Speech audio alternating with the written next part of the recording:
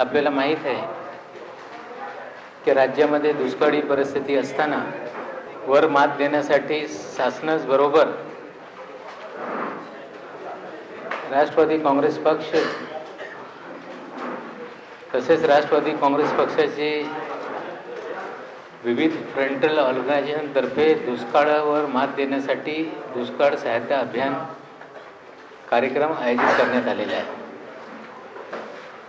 युवक काँग्रेसतर्फे जे अभियान आहे त्याच्या बाबतीत व्यवस्थित माहिती आमचे राष्ट्रवादी युवक काँग्रेसचे अध्यक्ष उमेश पाटील आपल्याला देतील।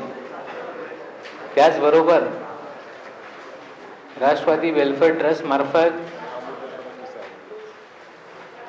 राज्यामध्ये विद्यार्थ्यांना मदत देण्याची घोषणा करण्यात आली होती। राष्ट्रवादी विद्यार्थी काँग्रेसच्या समन्वयाने या ट्रस्टच्या माध्यमातून जे काही मदत जाहीर करण्यात आलेली आहे, कुठल्या पद्धतीने त्याचे वितरण होणार त्याची माहिती वेलफेअर ट्रस्टच्या माध्यमातून टकले साहेब आपल्याला देणार आहे। आणि या दुष्काळाचा आढावा घेण्यासाठी 7 मार्च रोजी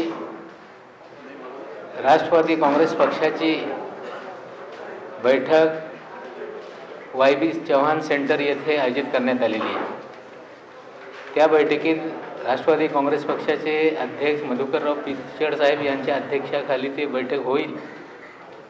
उपमुख्यमंत्री, सर्व मंत्री, सर्व आमदार, खासदार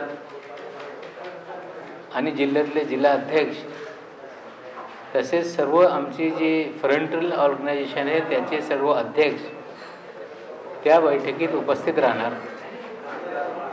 त्या बैठकीमध्ये दुष्काळाचा आढावा पण घेण्यात येणार आहे।